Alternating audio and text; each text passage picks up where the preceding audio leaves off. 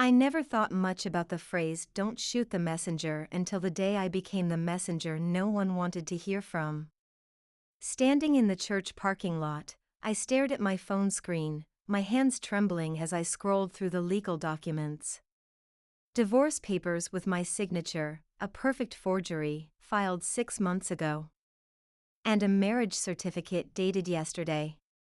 My husband, Daniel, had divorced me without my knowledge and married another woman. And everyone, family, friends, my in-laws, were inside the church right now, celebrating. Ms. Winters? Is everything okay? I looked up to see Michael, the paralegal who'd called me 20 minutes ago with the impossible news.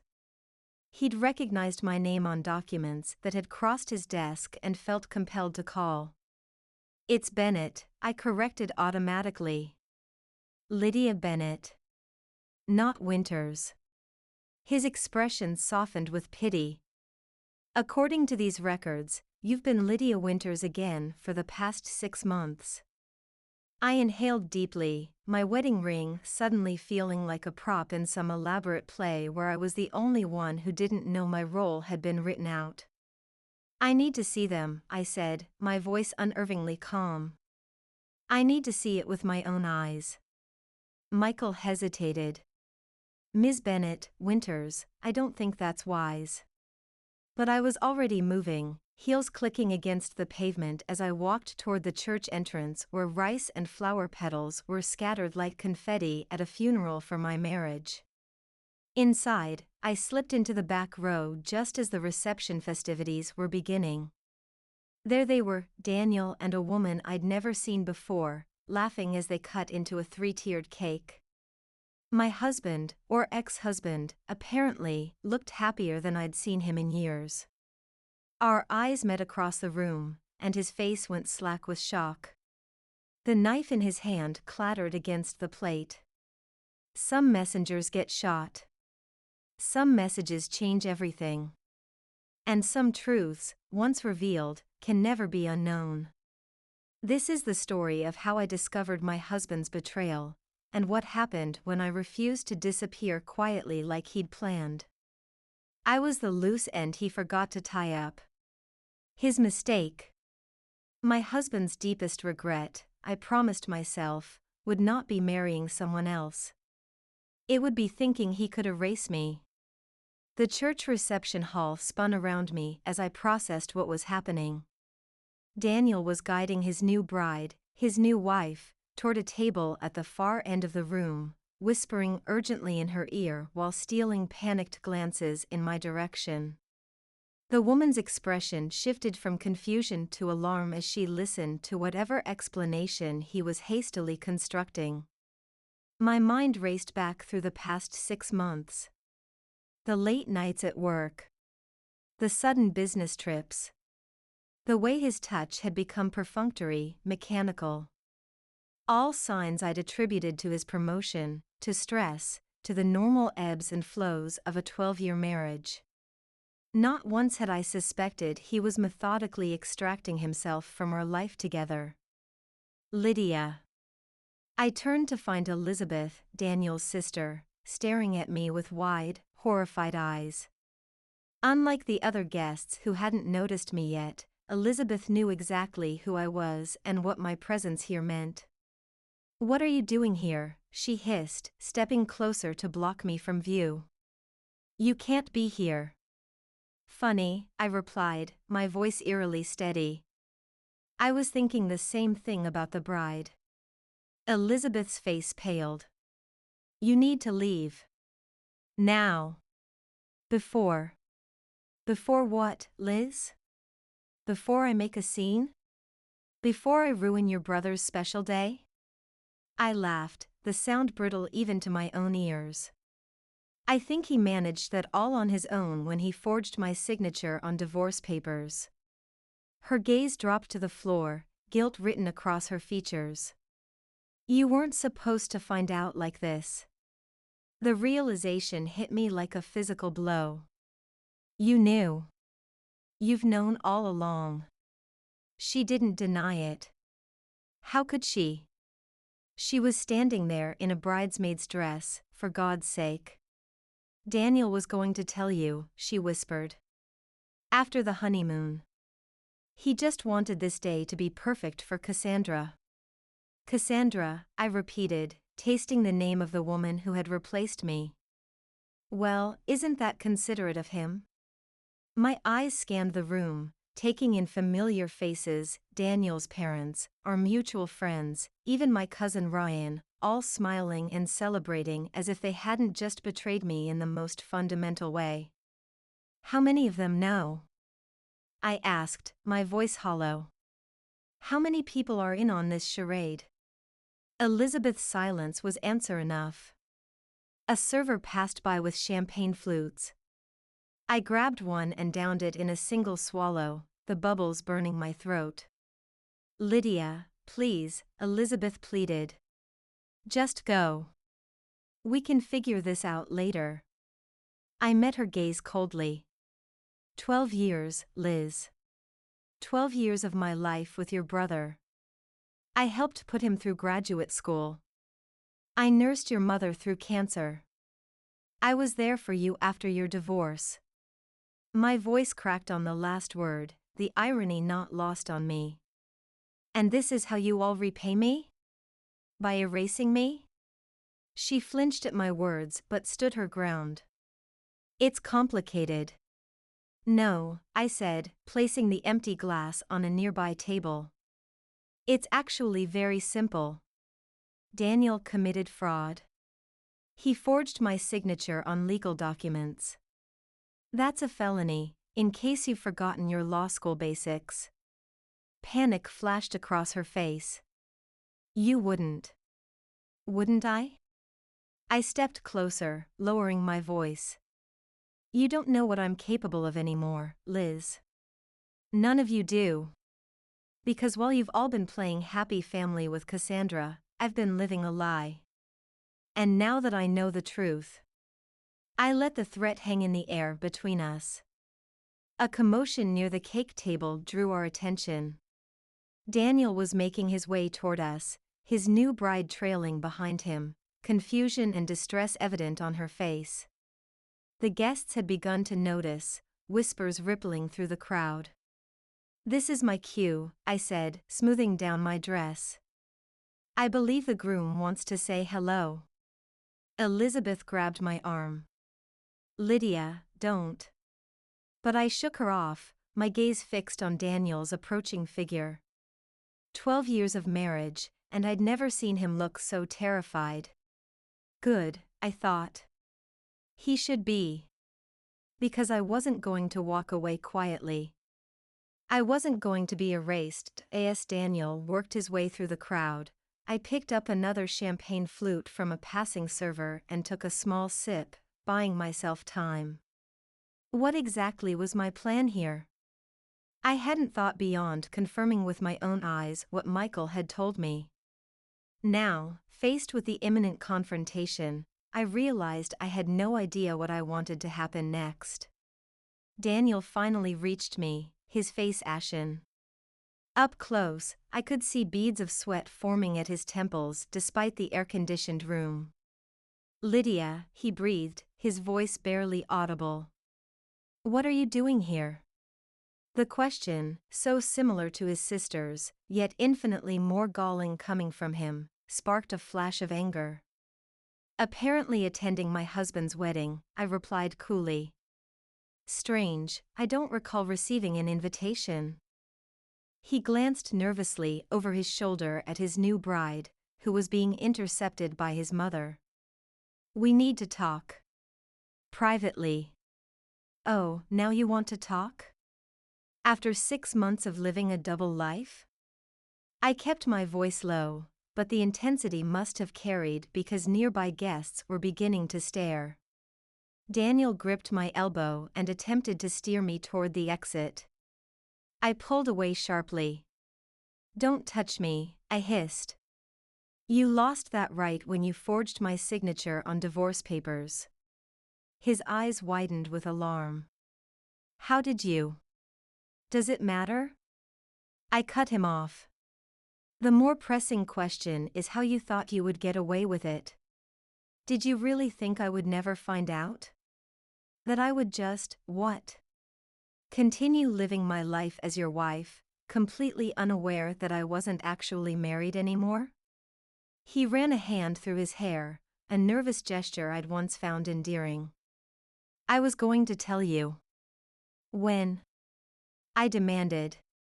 When exactly were you planning to inform me that you'd committed identity theft and fraud? After the honeymoon, he admitted, confirming Elizabeth's claim. I didn't want to hurt you. A bark of laughter escaped me, drawing more stares. How considerate. You didn't want to hurt me, so you just erased our entire marriage without my knowledge or consent? The situation was becoming more absurd by the second. I took another sip of champagne, needing something to steady my nerves. Lydia, please, he pleaded, lowering his voice. Not here. Not now. Can we just? Daniel? We both turned to see Cassandra approaching, her wedding gown rustling softly as she moved. She was younger than me, maybe early 30s, with chestnut hair and warm brown eyes currently clouded with confusion and hurt. What's going on? She asked, looking between us. Who is this? Daniel froze, panic evident in every line of his body. The coward couldn't even introduce me. I extended my hand, a parody of politeness. Lydia Bennett. Or Winters, apparently. I'm Daniel's wife. I paused, correcting myself. Ex-wife, I should say. Though that's news to me as of about 30 minutes ago. Cassandra's face drained of color. Ex-wife? She turned to Daniel. You said you were divorced years ago. Before we even met. Interesting. So he'd lied to her too. Well, technically we are divorced, I said, a brittle smile on my lips. As of 6 months ago. Without my knowledge or consent. Quite the magician, your new husband. Cassandra took a step back, her hand flying to her throat. What is she talking about, Daniel? The murmurs around us had grown louder. Daniel's parents were now making their way over, along with the best man, Daniel's brother, Mark, looking grimly determined. I can explain everything, Daniel said, his eyes darting between Cassandra and me. But not here. Please, both of you, let's go somewhere private. I think we're well past privacy, don't you? I replied, my voice carrying. After all, you invited half the town to celebrate your fraudulent marriage. Daniel's father reached us first, placing a firm hand on his son's shoulder. Let's take this outside, he said, his voice brooking no argument. I looked around at the gathering crowd, at the horrified expressions and avid curiosity, and suddenly felt exhausted. The adrenaline that had carried me this far was ebbing, leaving behind a bone-deep weariness and humiliation. Fine, I agreed, placing my glass on a nearby table. Lead the way. As we moved toward the exit, I caught snippets of whispered conversations. Who is that woman? I thought he was divorced. Did she say fraud? The perfect wedding was unraveling, thread by thread, and I couldn't find it in me to feel anything but a hollow satisfaction.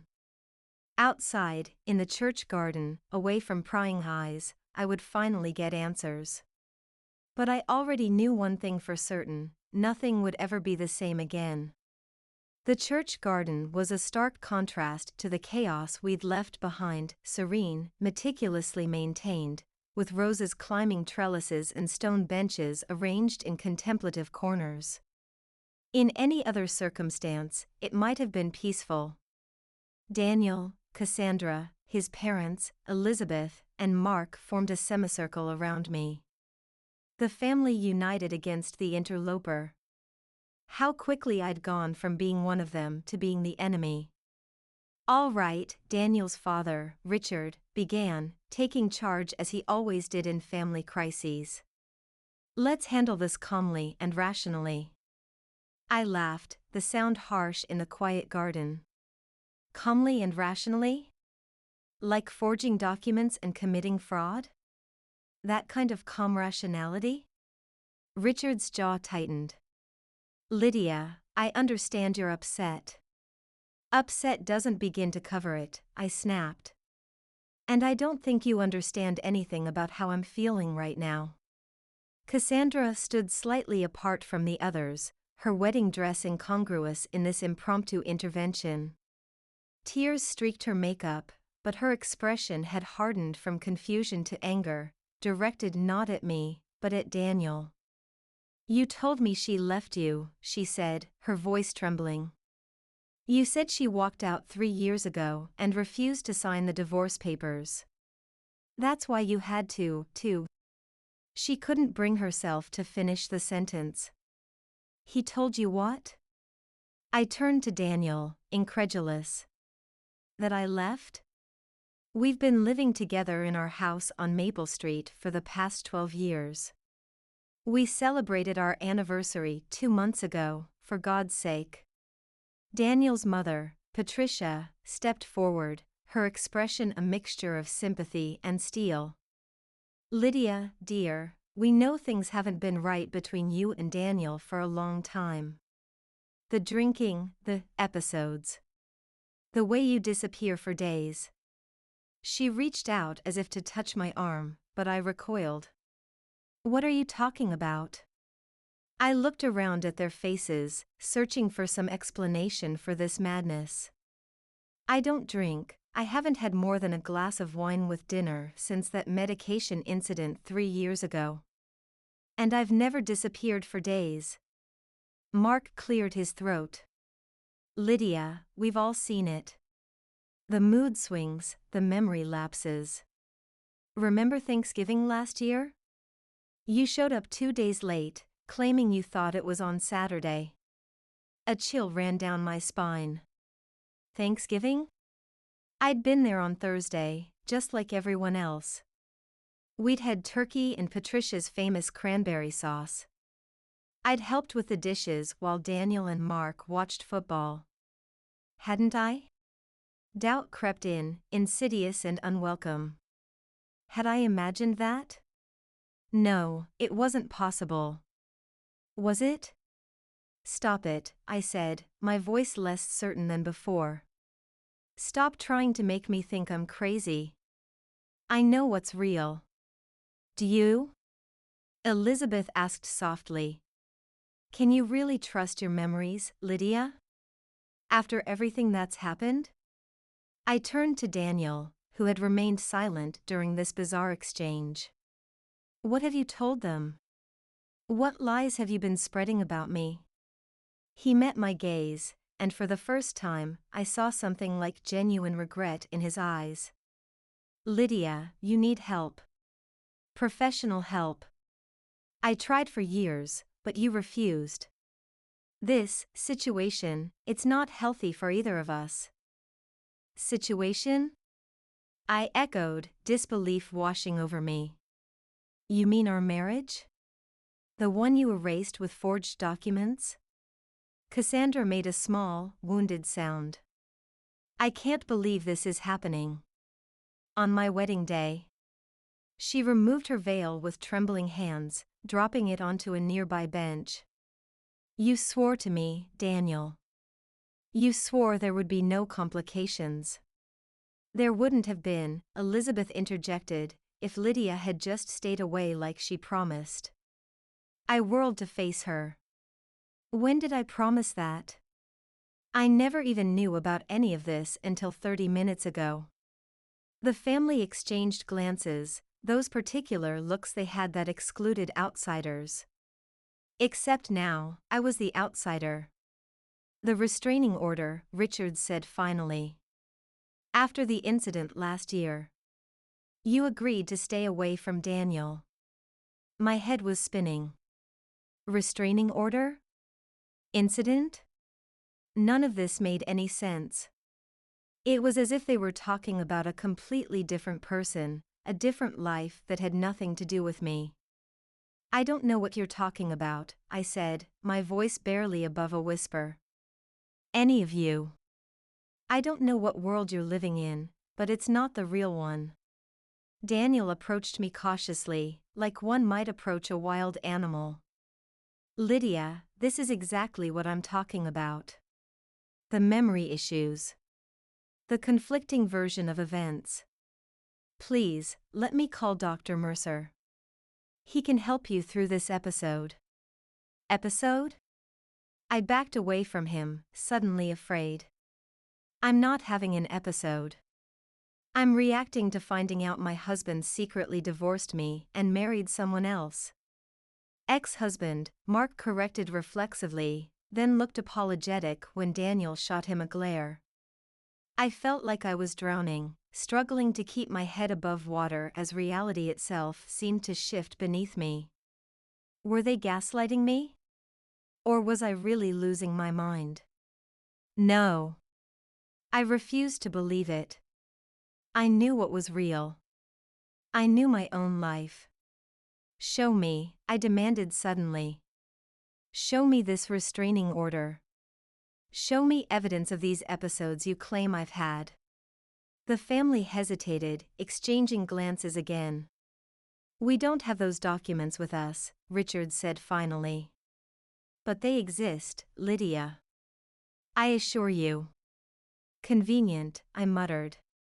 Just like I'm sure it's convenient that Daniel's divorce from me, which I never knew about, is perfectly legal and binding. It is, Elizabeth confirmed, her lawyer instincts taking over. The divorce was granted months ago. All the paperwork is in order. Paperwork with forged signatures, I countered. Which is fraud. A felony. Or has that part conveniently slipped your legal mind? Discomfort rippled through the group. Even Richard, usually unflappable, shifted his weight from one foot to the other. Perhaps we should continue this conversation somewhere more private, he suggested, glancing back at the church where curious faces had begun to appear at windows. No, Cassandra interrupted, her voice surprisingly firm. No more private conversations. No more secrets.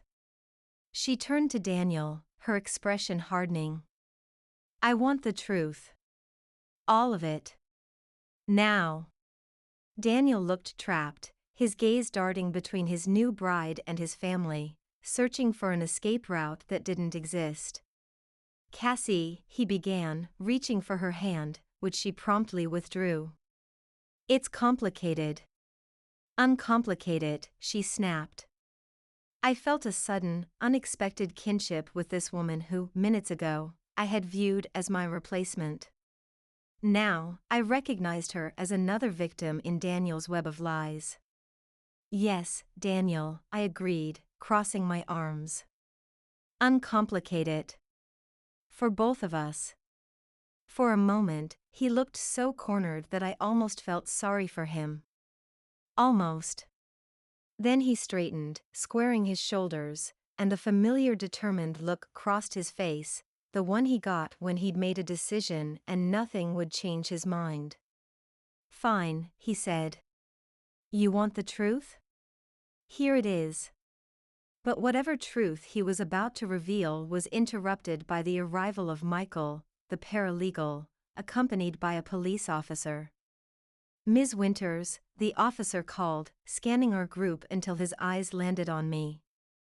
We need to speak with you. Daniel's expression flashed from resignation to triumph in an instant. See, he said, turning to Cassandra. This is what I was trying to protect you from. Her delusions always end like this. But Michael was looking at me with sympathy, not suspicion. And the officer wasn't approaching me with caution, but rather positioning himself between me and the family. Ms. Winters, Michael said, I've brought Officer Reynolds to help sort this out. I've explained the situation as best I could, but he'll need your statement. Daniel's triumph faltered. What situation? What are you talking about? Officer Reynolds turned to Daniel, his expression professional but stern. Sir, I understand this is your wedding day, but we've received serious allegations of document forgery and identity theft that need to be addressed. The color drained from Daniel's face. That's ridiculous. Lydia has a history of mental health issues and delusions. She's making this up because she's upset about our divorce. A divorce she didn't know about until today, Michael pointed out quietly. Because she blocked it out, Elizabeth interjected. She does this. Creates alternate realities when she can't cope. I stared at them, these people who had been my family for 12 years, as they calmly tried to convince a police officer that I was delusional rather than the victim of fraud. Officer Reynolds, I said, finding my voice despite the surreal nature of the situation, I have proof. I pulled out my phone and opened my banking app. Joint accounts with Daniel, active as of this morning. Our mortgage statement from last week with both our names. Emails from Daniel, to me, his supposed ex-wife, making dinner plans for tonight. Reynolds studied the phone, scrolling through the evidence with a frown. These all appear current, he confirmed. Because they are, I insisted. Daniel and I have been living together as husband and wife until literally this morning when I got a call about divorce papers I never signed. Cassandra was staring at Daniel with undisguised horror. You've been living with her? All this time? While dating me? Daniel ran his hands through his hair, his carefully constructed narrative unraveling thread by thread. It's not like that. It's not like either of you are making it sound. Then what is it like, Daniel? I challenged. Please, enlighten us. Explain how you've been married to 2 women at once without either of us knowing about the other. The garden fell silent, all eyes on Daniel as he struggled to find words that could possibly salvage this situation. Whatever explanation he might have offered, however, was cut short by the arrival of yet another unexpected guest, Dr. Elaine Mercer, the family therapist Richard had mentioned earlier. I came as quickly as I could, she said, slightly out of breath. Richard called and said Lydia was having an episode. I stared at her in disbelief. I don't even know you. I've never met you before in my life. The doctor's expression shifted from professional concern to confusion. She looked to Daniel, who seized the opportunity. See? This is exactly what I've been trying to explain. She disassociates. Creates alternate versions of reality. Dr. Mercer has been treating her for years, but in Lydia's mind, they've never met. That's not true, I insisted, turning to Officer Reynolds. They're trying to make me think I'm crazy so you won't believe me about the fraud. Reynolds looked between us, clearly trying to make sense of the conflicting stories. Perhaps, Dr. Mercer suggested gently, we should all take a step back. This is clearly a distressing situation for everyone involved. I felt like I was losing ground, my reality slipping away as they all closed ranks against me. Even Cassandra was beginning to look at me with uncertainty, as if reconsidering her initial support. But then Michael stepped forward, pulling out his own phone. Officer Reynolds, I have copies of the original divorce documents here, including signature verification reports that show discrepancies between Ms. Winters' actual signature and the one on the divorce papers. He handed over the phone, and Reynolds' expression grew grave as he studied the evidence. Sir, he said, turning to Daniel, I'm going to need you to come down to the station to answer some questions. Daniel's face contorted with anger. This is absurd. You're taking the word of a mentally unstable woman over mine? On my wedding day? I'm not taking anyone's word, Reynolds replied calmly. I'm following the evidence. And right now, the evidence suggests document forgery, at minimum. As the reality of the situation dawned on them, the family's united front began to crack. Richard and Patricia exchanged worried glances.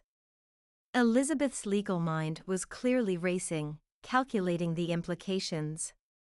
Mark looked like he wanted to be anywhere but here. And Cassandra, poor Cassandra, in her now wrinkled wedding gown, stared at Daniel as if seeing him for the first time. "You lied to me," she said, her voice barely audible. "About everything." Daniel reached for her, desperation in his eyes. "Cassie, no. Don't listen to them. I can explain everything if you just—" "Mr. Winters," Officer Reynolds interrupted, "I need you to come with me now." As Reynolds led Daniel away, I felt no triumph, no vindication. Only a profound emptiness and the disorienting sensation of waking from a nightmare only to find reality just as disturbing. "Lydia," Elizabeth approached cautiously, her earlier hostility replaced by something like shame.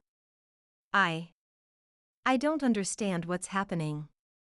I looked at her, at all of them, these people who had chosen to believe the worst of me rather than question Daniel's narratives. "Neither do I, Elizabeth," I replied honestly. "But I intend to find out." I turned to follow Officer Reynolds and Daniel, determined to see this through to whatever truth lay at the end of this twisted path. Behind me, I heard Cassandra begin to sob, the sound of a woman whose perfect day, whose entire future, had just been revealed as nothing but an elaborate lie. Just like mine. The police station hummed with fluorescent-lit activity, officers filing reports, phones ringing, the occasional handcuffed suspect being processed. I sat on a hard plastic chair in the waiting area, my legs crossed at the ankle, hands folded in my lap, the picture of composure I definitely didn't feel. Daniel was in an interview room with Officer Reynolds and a detective whose name I'd already forgotten. Michael sat beside me, scrolling through documents on his tablet. "How did you find out?" I asked finally, breaking the silence between us. "About the divorce papers, I mean." Michael looked up, his expression a mix of professional detachment and personal discomfort. "Pure coincidence, honestly. I was filing some paperwork at the courthouse and your name caught my eye. It seemed familiar." "From where?" "My sister was your student a few years back." "Vanessa Keating? You made quite an impression on her." I nodded, remembering the bright-eyed girl who'd written an exceptional paper on Jane Austen. "She was talented." "She still talks about your class." Michael smiled briefly, then his expression sobered. "Anyway, I noticed your name, and then I saw the filing date and something seemed off. The signature didn't match the attached affidavit from 6 months later. Different handwriting entirely." "You have a good eye." He shrugged modestly. "I was pre-law before I switched to paralegal studies. Document analysis was my favorite course." A small, hysterical laugh escaped me. "So my marriage was saved, or at least, the fraud was uncovered, because a former student's brother happened to see my name on some random paperwork." "Life's strange that way," Michael agreed. The door to the interview room opened, and the detective emerged, his expression unreadable. He approached us with measured steps. "Ms. Winters," he began, "your husband, ex-husband, is being very cooperative. He's admitted to forging your signature on the divorce papers." A wave of vindication washed over me. "So he confessed?" "To the forgery, yes," the detective clarified. "However, he maintains that you were aware of the separation and had verbally agreed to the divorce. He claims you've been experiencing memory issues that might explain why you don't recall these conversations." And just like that, the vindication curdled into frustration. That's absurd. I have no memory issues. We've been living together as husband and wife without interruption. The detective's expression remained neutral. He says you've been living in separate bedrooms for over a year, that you agreed to a divorce but refused to sign the papers, leading to his regrettable decision to forge your signature. That's a lie, I insisted, my voice rising. We share a bedroom. I stopped, suddenly painfully aware of how personal this had become, how many intimate details of my life were now subject to scrutiny. We've been married in every sense of the word until today. Michael placed a steadying hand on my arm. Detective, my client maintains that she had no knowledge of any separation or divorce proceedings. Mr. Winters' claims about her mental state conveniently began only after we confronted him with evidence of forgery. The detective nodded. We're taking all of this into account. In the meantime, we're obtaining warrants for Mr. Winters' financial records and home office. If he's been maintaining two separate lives to the extent claimed, there will be evidence. What happens now? I asked.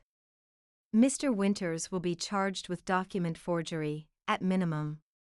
Identity theft and fraud charges are likely to follow. As for the validity of the divorce and subsequent marriage. He hesitated. That's complicated territory. You'll want to consult with a family law attorney as soon as possible. I nodded mechanically, the reality of my situation finally starting to sink in. In the eyes of the law, I might not be married anymore. Daniel might legally be Cassandra's husband now, despite the criminal means by which he'd freed himself from our marriage. Can I see him? I asked suddenly, surprising even myself. The detective and Michael exchanged glances. I can arrange that, the detective said cautiously. But I'm not sure it's advisable. I need to understand, I explained, though I wasn't sure I could articulate exactly what I needed to understand, even to myself. I need to hear it from him. After a brief consultation with Officer Reynolds, the detective led me to the interview room. Daniel sat at a metal table, his wedding tuxedo incongruous in the stark, institutional setting. He looked up when I entered, his expression unreadable. 5 minutes, the detective said, leaving us alone but undoubtedly watching through the one-way glass. For a long moment, neither of us spoke. After 12 years together, we had somehow become strangers in the span of a single day. Why? I finally asked, the simple question encompassing so much more than I could articulate. Daniel sighed, running a hand through his hair. It's complicated, Lydia. Uncomplicate, I echoed Cassandra's earlier demand. He met my gaze, and for the first time that day, I saw something like genuine remorse in his eyes. I wanted out. I'd been wanting out for years. But every time I tried to talk to you about it, you'd act like the conversation never happened. That's not true, I insisted. We never had those conversations. We did, he countered. Multiple times. But the next day, you'd be acting like everything was normal. Making breakfast, planning vacations, talking about our future together. It was like living in the twilight zone. I shook my head, refusing to accept this version of reality. No. That never happened. See? This is exactly what I'm talking about. You rewrite history to suit what you can handle. He leaned forward. Lydia, you need help. Professional help. I tried to get you to see a therapist, but you refused. Stop it, I said, my voice barely above a whisper. Stop trying to make me think I'm crazy. I'm not saying you're crazy. I'm saying you have memory issues. Selective ones. He sighed heavily. I know I handled this all wrong. The forgery it was a desperate move. I just couldn't take it anymore. Take what? Our marriage? Our life together? The pretending, he said simply. Pretending that everything was fine when it wasn't. Pretending we were still in love when we'd grown so far apart. His words hit me like physical blows. Not in love? How could he say that when just last week we'd gone out for our anniversary dinner? When just 3 days ago he'd kissed me goodbye in the morning before work? Unless. A horrible thought struck me. Cassandra doesn't know, does she? That you've been living with me all this time? Daniel's silence was answer enough. Oh my God, I breathed. You've been living a complete double life. Not just lying to me about being divorced, but lying to her about being with me. It wasn't like that, he insisted. I was trying to make a clean break, to start fresh without hurting anyone. A bitter laugh escaped me. Without hurting anyone? Look around, Daniel. Your bride is devastated. I'm sitting in a police station trying to piece together the last 6 months of my life. How is that not hurting anyone? He had the decency to look ashamed. I know I made a mess of things. But Lydia, you have to believe me when I say that I tried to end things properly. I tried for years. But you couldn't accept it. I stared at him, this man I thought I knew so intimately, and saw only a stranger. I don't believe you. I would remember if my husband had told me he wanted a divorce. Would you? He challenged gently. Like you remembered Thanksgiving? Or your mother's birthday last month? A chill ran down my spine. My mother's birthday? That wasn't until. I tried to calculate the date and found myself uncertain. Wasn't her birthday in July? Or was it June? No. This was exactly what he wanted. To plant seeds of doubt, to make me question my own mind. I'm not going to let you gaslight me, I said, standing abruptly. Whatever game you're playing, whatever lie you're telling yourself to justify what you've done, I'm not buying it. As I moved toward the door, Daniel called after me. Lydia, wait. There's something you should know about Dr. Mercer. I paused, my hand on the doorknob. The therapist I supposedly see but have never met? Check your insurance statements, he said quietly. Look at your prescription history. Look at your phone records. The evidence is there if you're willing to see it. I left without responding, his words echoing in my mind despite my determination to dismiss them. Outside, Michael was waiting, his expression concerned. How did it go? He's sticking to his story, I replied, trying to keep my voice steady. That I have memory issues and agreed to the divorce but forgot about it. Michael nodded thoughtfully. It's a convenient narrative for him. Makes the forgery seem like a regrettable but understandable decision rather than a calculated crime. Exactly. I glanced at my watch, surprised to find it was only early afternoon. The day had felt eternal already. What happens now?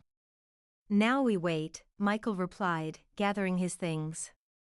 The detective will continue his investigation. I suggest you start doing some investigating of your own. I stared at him, suddenly afraid of what I might find. What if he's right? What if I couldn't finish the thought. Then we'll deal with it, Michael said gently. But document everything.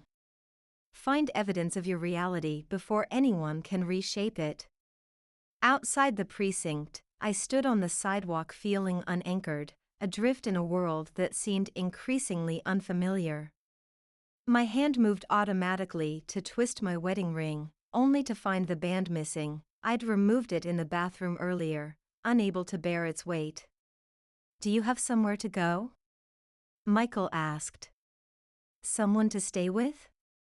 The question highlighted my isolation. Daniel and his family had been my world for 12 years. My parents were both gone, friends had drifted away, especially recently, I realized with mounting unease. I'm going home, I said firmly. Our home. The one Daniel supposedly hadn't been living in, despite all evidence to the contrary. As Michael drove me back to retrieve my car from the church, I scrolled through my phone, searching my photos, texts, emails for anything that might contradict Daniel's claims. But doubt had taken root, insidious and unstoppable, making me question each memory.